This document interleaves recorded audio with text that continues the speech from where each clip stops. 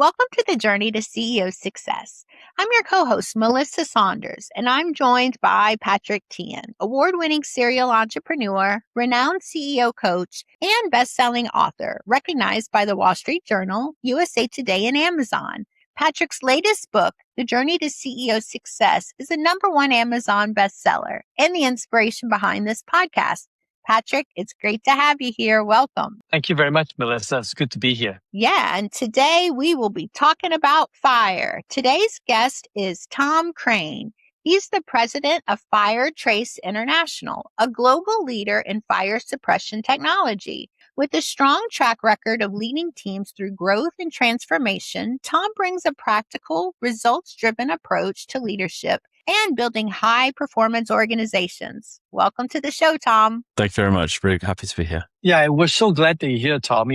So for our audience, if you're listening to this podcast, what's really interesting about Tom is he's a leader that has been leading on multiple continents in the UK, in the US. So we have some really interesting lessons to learn from him. And if you stay to the end of the podcast show, he will share with you one key thing that will help you have a more joyful and successful life and a practical thought to go along with that. So Tom, you've been in the fire business for a long time, but tell me a little bit about the company you're working with right now. What do you guys do today? Yeah, sure. So we're Firetrace International. So we specialize in fire suppression for critical assets. And that's across a range of different applications. And yes, our technology focuses on suppressing the fire, but the real value in our product is really, what it protects, and that's really lives and livelihoods. Fire is obviously a dangerous hazard, but we protect also the machinery and therefore the people's jobs, downtime in certain industries that can't afford downtime. And that's where the real interest comes from. So who are the customers? Like, who actually do you guys help? Yes, we operate across a range of different industries. That's from industrial machinery, so CNC machines, EDM machines. That's where we're very well known for protecting those particular types of machines. We work very closely in the energy sector as well. So we focus on things like wind turbines, battery energy storage, so critical assets that really, downtime isn't an option. So our systems have to be working all the time, protecting those assets. Yeah, critical stuff, got to have strong uptime. That's wonderful. So, hey, let's talk about your personal journey. This podcast is about helping CEOs have a more joyful and successful life. And so let's talk about your journey. It appears to me that you've been in the fire business for a long time. And so tell me, what's interesting about that for you? And why have you been in the fire business for all these years? Yeah, I mean, I got into fire out of chance. I stepped into a undergraduate program, a company called Apollo Fire Detectors in the UK. And I did a product management role during a year, sandwich year I had to do during my marketing degree, and really got into the company, got into the industry. And I remember someone saying to me one night when we were having dinner with a client that if you don't get out of fire within 2 years, that's you for life. And so far it's been that way. I enjoyed it. It's a good industry, very close knit, lots of good people that I've learned a lot from. People within my own organization, customers, competitors. It's a very good industry for people sharing their journeys and how they've got to. That's a very interesting statement you said when somebody shared with you, hey, if you don't get out of fire within 2 years, you're going to be in it for life. Why is that? What's interesting about fire that keeps you there if you don't get out within 2 years? I think people have that shared passion of there's big commercial deals and there's all those wins that are in other industries, but there's that shared purpose that everyone has. And you go to industry events and people are trying to make safer environments for people to operate in. And it's an industry that doesn't just stand still. The technology is sometimes people will refer to it as, okay, it's not moving quick enough, or as at quicker pace as sometimes other industries do. But the world that we operate in changes by the minute. So the new hazards come in, they have to be spoken about and worked out in different ways. And I think that's what's interesting about it. It's a very dynamic environment that we operate in, and those hazards, that come in and that we have to talk about and work through, present new challenges that keep it fresh and keep it exciting more than anything else. And then I just go back to the people. I think people that do well in this industry are those that are willing to share and better the overall industry. And you see that when you get together in trade shows, in some of the associations, it's people are wanting to move the industry forward, and that could be you working with a competitor on a new standard. That could be you working with your customer in a different way on a new hazard. That's exciting, and I think that's where the industry works really nicely. So are people willing to share more because, your work actually saves lives? Is that why people are more willing to share?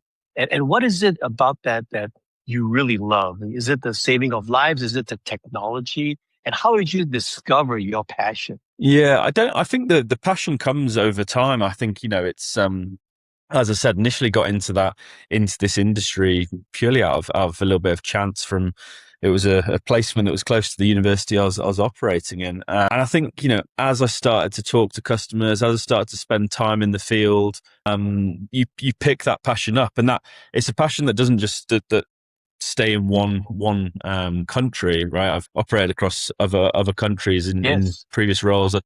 International sales, so worked across a lot of Europe, Asia, and now I'm in the US operating on a lot of US customers, and it's a shared sort of a thread across the industry, and it doesn't just change from country specific. Everyone has that similar feeling, similar purpose. So, yeah, it's nice. That's what I really enjoy. And you've enjoyed moving different country, different cultures. You've been in the US for like the last couple of years, right? Yeah. It's been in the US for coming up to 3 years now, and yeah, absolutely. I've always enjoyed the international side of things. So I had varied roles. A lot of my early work was in that international sales. Very much enjoyed the understanding the different cultures and the business culture and how people operate in different countries in different ways. And then, moving is obviously a big cultural shift. The US, I often say the commonality sometimes where the language is where it stops, and then there's a lot of differences and how that operates, be it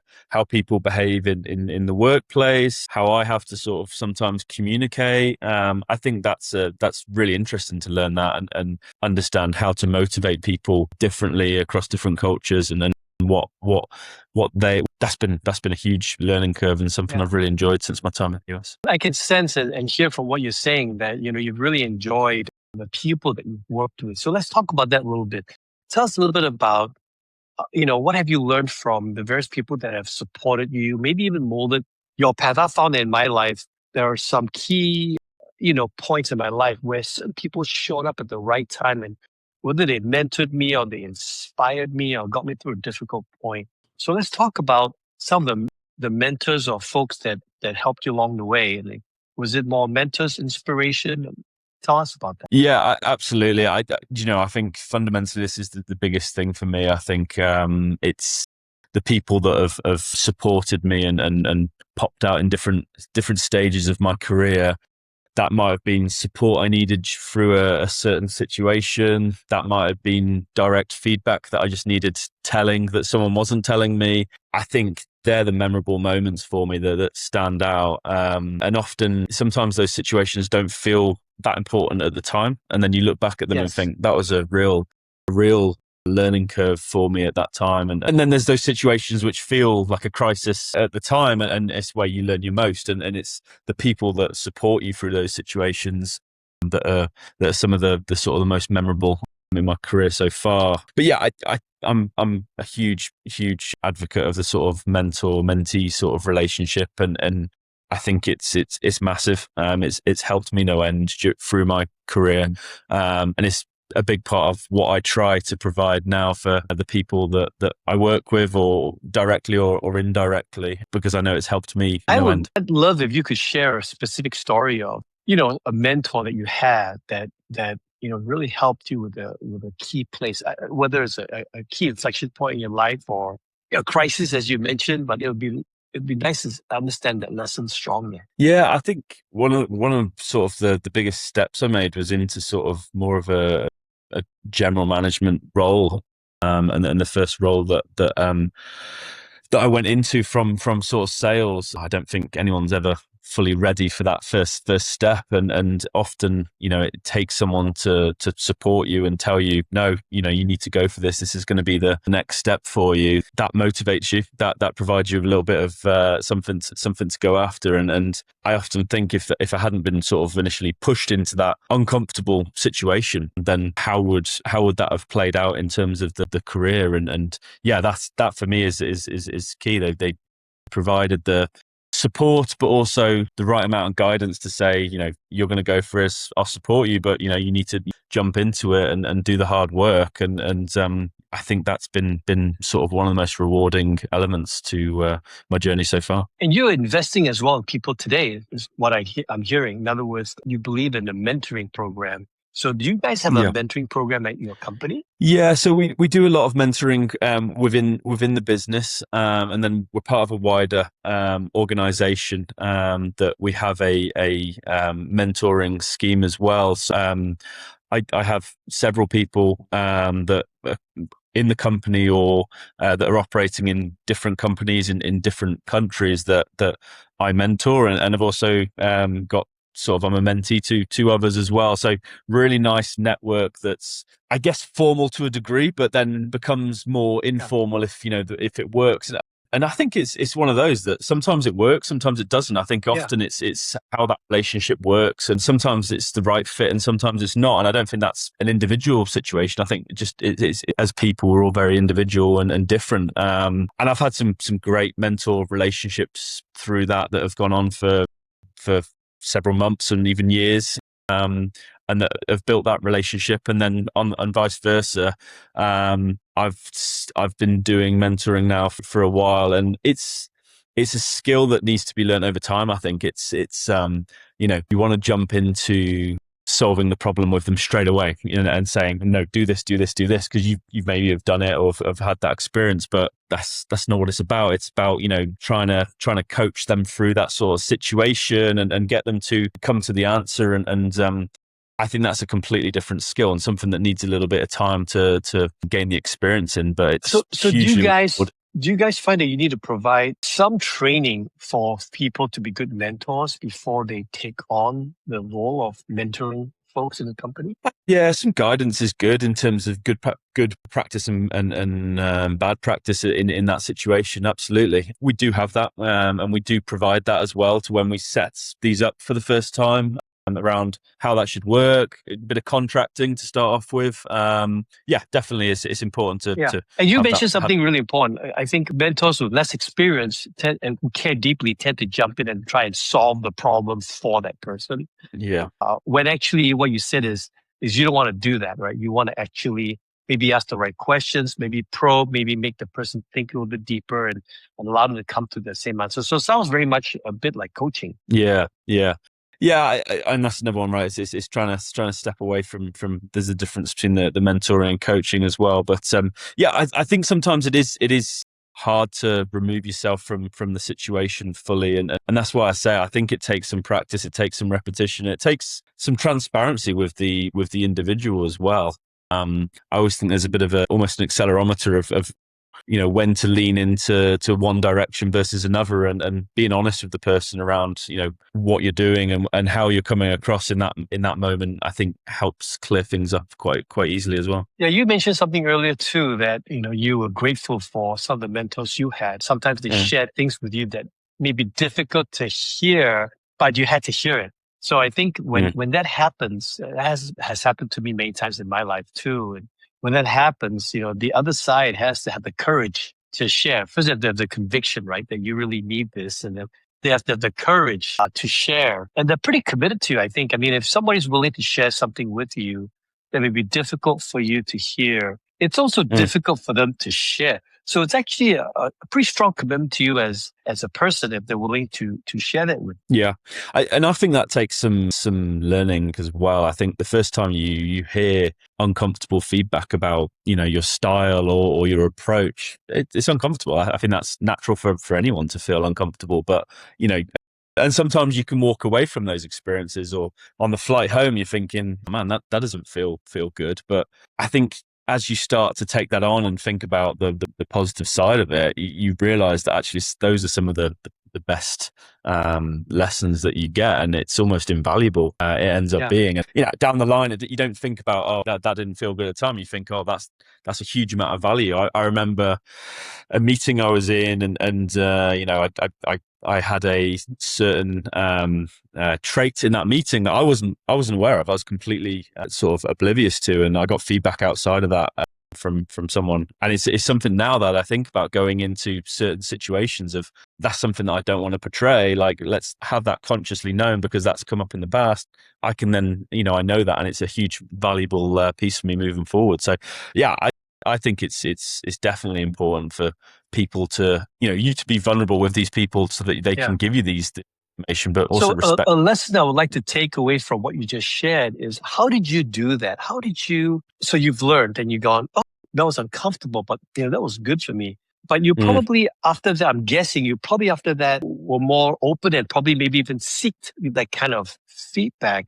What was the transformation in yourself that allowed you to be more open to receiving feedback? I think this comes down to trust more than anything else. I think that when you're delivering feedback like that, I think there's almost a trust between you and the person delivering it, and I feel like it often comes naturally as part of a progression in your relationship. So if you start to trust them, they can deliver that, and fundamentally that's where that trust is then built, so you can then improve on it and be even more honest the next time with each other. And I think that just comes naturally over a little bit of time. I think some people get there quicker than others, and some mentors are straight off. They're very good to give that straight away, and there's a little bit of friction to start off with, and then you're straight into it. But I think it's trust. It comes down fully to how much you trust them and they trust you, and how it will be received. How do we build that trust? Now, some of it is chemistry, right? Some of it is we get along, sure, and it's chemistry.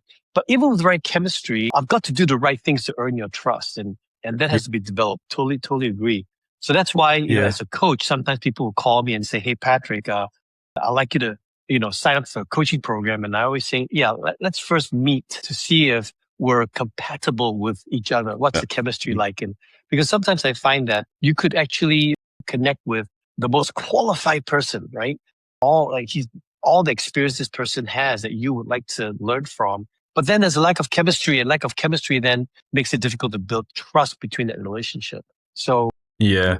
What have you seen in that line of building trust? Is it chemistry is huge, right? And that's going back to that piece that I said earlier around, I think sometimes there isn't a fit, and that's fine. Move on. Go to and it's okay. It's perfectly okay. Yeah. Yeah. And I think going back, I think it starts with contracting, but contracting is not everything with it. So, having that honest conversation up front before you get into those conversations, I think then it's dependent on the person that you're working with. I think sometimes when you want that feedback, you may have to lead it a little bit more and say, this is something that I noticed in myself. Like, how did you feel like, and because it's easy to say, "Oh, be honest." Some people are uncomfortable going straight into that. So I think you sometimes need to lay the pathway to let them in and say, "Hey, this is kind of how I felt it went. Could you give me some honest feedback in that particular area?" And that builds up then that trust that they feel like, "Oh, Tom doesn't mind if I say that because we've had that conversation from previous experiences in that area."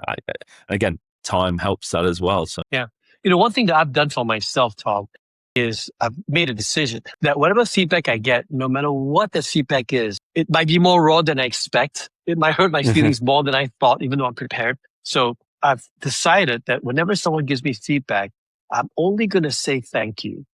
I'm not going to say anything else because I might get annoyed, right? I'm human. Even though I'm prepared, I'm like, "Hey, Tom, give me some good feedback." And you give it to me, I'm like, "Damn, like, are you serious?" Yeah. Okay, so that's just me emoting, right? Reacting. So for me, I've just decided, okay, I'm just going to say, "Tom, thank you." And then my job is to receive right now. My job is not to analyze. My job is not to, what's the word I'm looking for? My job is not to refute the feedback or to explain the feedback. In fact, what I've found is that sometimes when people give you the reason why they did what they did, it could feel like they're being defensive. One of my friends does that. He was like, "Well, I did that because," and I'm like, "Dude, do you want feedback or don't you?" And at first I would get annoyed. I'd be like, "Do you want feedback?" And then I realized that he was just explaining it. And so my learning from that was, you know what? I don't have to explain it, right? I just say thank you. I receive it. And then it's my job to then go off later and think it through, figure out Yeah. like, how do I use this feedback? And, if the feedback was incorrect, because sometimes feedback is wrong too, right? So if the feedback Sure. is wrong, it is my job to process that. It's not their job to process that.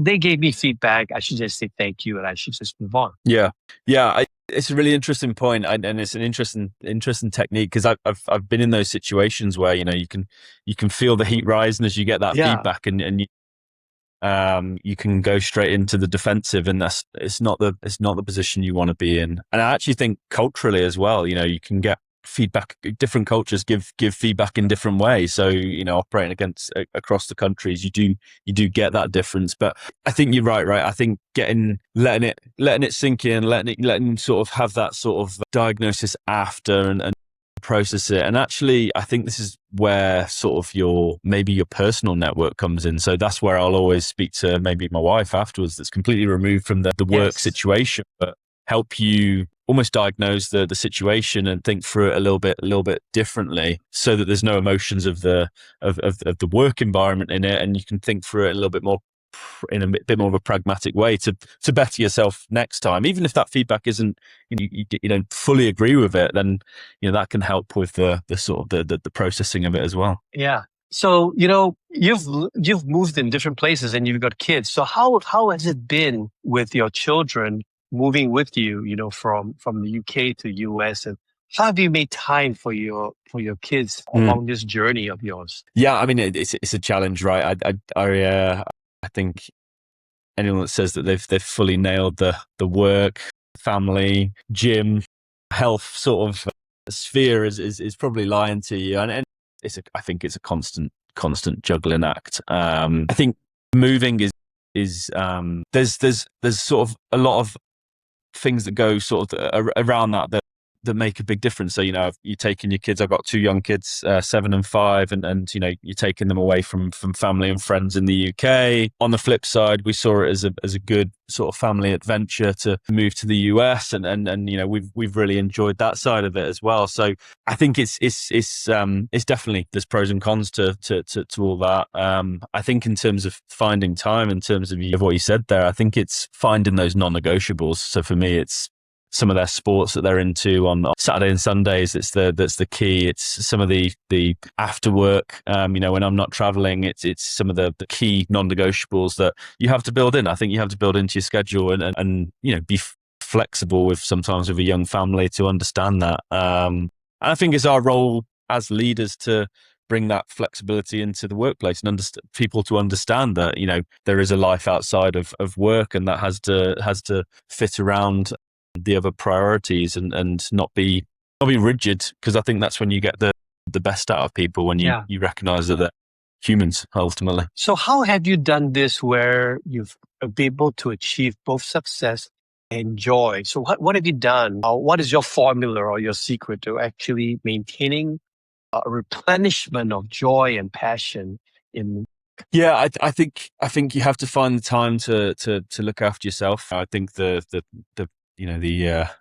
famous phrase that everyone uses is true, and I think you have to remind yourself of that, of fixing your own oxygen mask before you help others. If you haven't got your life in order, or you've got that imbalance, I think that runs straight into the workplace on a Monday morning. So I think you've got to have that set. For me, that's come from different activities outside of work that help you then create that balance when you're in the workplace, and you feel a huge amount of difference when you sort of get that right and spend time on sort of making that balance complete. And I think also recognizing that there's those ups and downs. There's those times where you've got to particular prioritize one over another, but be that because you've got something on at work, that might be because you've got a family emergency, and making sure you get that balance right over time is kind of the key to that, I think. Tom, I can talk to you for the whole day, but I do have to bring up our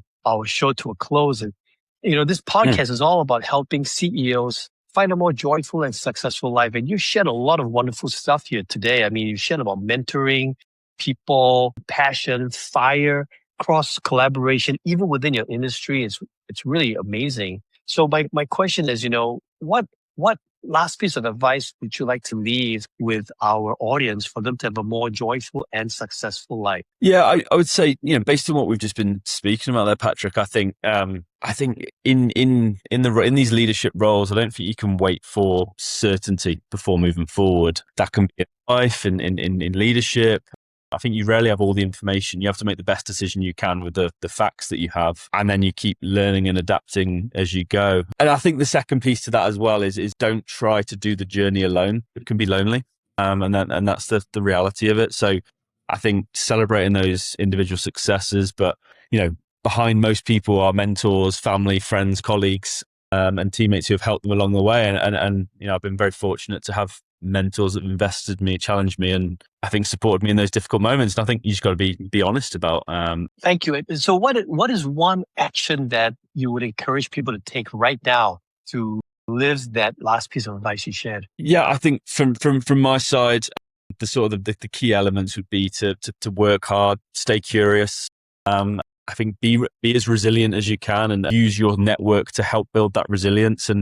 And going back to those decisions, make decisions even when the path is imperfect.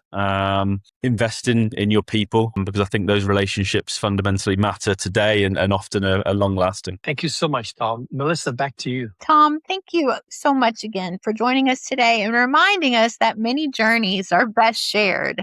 And thanks to all of you for listening to the Journey to CEO Success. Join us next time for another conversation with the CEO about what it really takes to grow a business, lead well, and be joyful. Until next time, bye for now. Thank you.